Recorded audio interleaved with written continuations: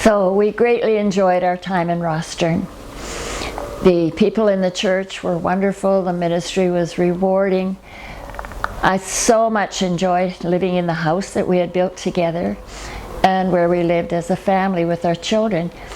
But all the time that we were there, I had this sense deep in my heart that this was not going to be permanent. We would not be staying there for long.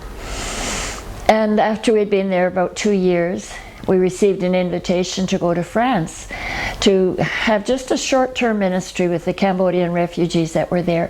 France had received about 80,000 Cambodian refugees after the war, because that used to be part of French Indochina. And so they were coming, and many of them had come to know the Lord in the Khao Dang refugee camp. And so when they arrived in France, there was no Christian organization to receive them besides us. And so a church had been started, but then the missionary that had been there had decided to go somewhere else, and there was a Cambodian pastor. And so they arranged for us to go. There were 2 churches, one near Paris and one in the city of Lyon.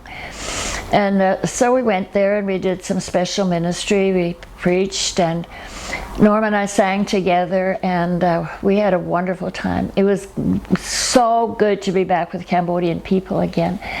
And they told us their sad stories of the sufferings that they had been through, and they made us sad, but then we rejoiced. Now they were in a safe place and they were beginning a new life together. For us, it was also a difference, because now we were in France and that was not our country. And of course we were with Cambodian people and that was not our nationality. And so we were there, and we began to have special meetings in these 2 places and to visit with the Cambodian families. And then when we were in Lyon at a special meeting, my husband and I got up and we sang, and he preached from his heart. And then the leader of that group got up and he said, "The Lord has said that he would answer our prayers. And so we're all going to pray together now, and we're going to pray and ask the Lord that Pastor Enns and Marie will come and work with us here in France." That was my encounter with God. I sat there and sobbed, knowing that God was calling us to leave our home in Rostern and to come and live in France and work with the Cambodian refugees instead. It was a huge thing when you encounter God through his voice speaking, and it is unmistakable. You recognize the voice of the Holy Spirit and you understand what he's asking you to do. And sometimes it's not your first wish.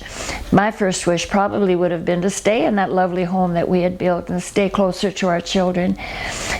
We had to go and sell our house, and then we had to send our children away to school in Germany, and we had to rent a new home.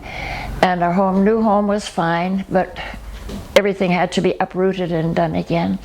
But the Lord was with us, and he had promised, and we had encountered him, and we knew that we needed to go.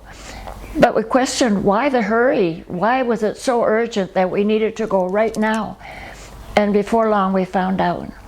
Because the only Cambodian pastor that was in the country was on a trip with his car, and driving along with him was the daughter of one of the elders of the church. She was a teenager. They had a very serious car accident. The pastor and his wife were both killed, and the daughter of the elder from the church. So it was a very, very, very sad, difficult time. The church was grieving so much, and they needed the comfort of a shepherd that would be there with them. And so began 15 years of ministry in France to the refugees that were there. I would classify that whole time as an encounter with God, as we were working in 2 cultures, neither which was our own, the French people and the Cambodian people. We didn't know French. We had to learn a little bit of French, but we didn't have much time to study French because we were working with the Cambodians. But the Lord was with us, and he helped us, even in very small, inconsequential ways. Let me tell you about one of them. I had a very special big pen. It was black and gold, and it was special to me because my in-laws had given it to me, and so it was a treasure. And one day it was gone. It was missing. And as my husband carried the garbage out in a big plastic bag to throw it out on the street for the garbage collectors to come get it, what do I see sticking out of the bag but my pen? And so the Lord was giving me back my pen. And it occurred to me that if God is in such small little things that don't really matter very much, surely He would be also in the much bigger things. And bigger things came. One day my husband was diagnosed with cancer in his kidney. He was in a great deal of pain and eventually had to go in for an operation to have that kidney removed. The morning of the operation, I got up earlier than him, and I said, honey, why don't you just rest for a little while yet, and I'm going to go downstairs and pray. And I went and sat in the big chair in our living room, and I prayed, and I was reading from my Bible, and I came to this verse in Psalm 50, verse 23. Those who sacrifice thank offerings honor me, and to the blameless I will show my salvation. Sacrifice a thank offering. I said to myself, I can do that.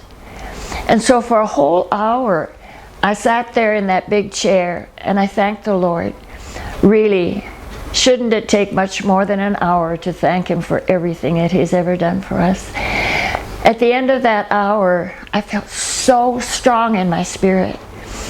It was a strength that carried me through that day that might have been really, really worrisome. And Norm came through that operation okay. We can live with one kidney. And we continued to work in France and to experience many more encounters with God during the years that were to come.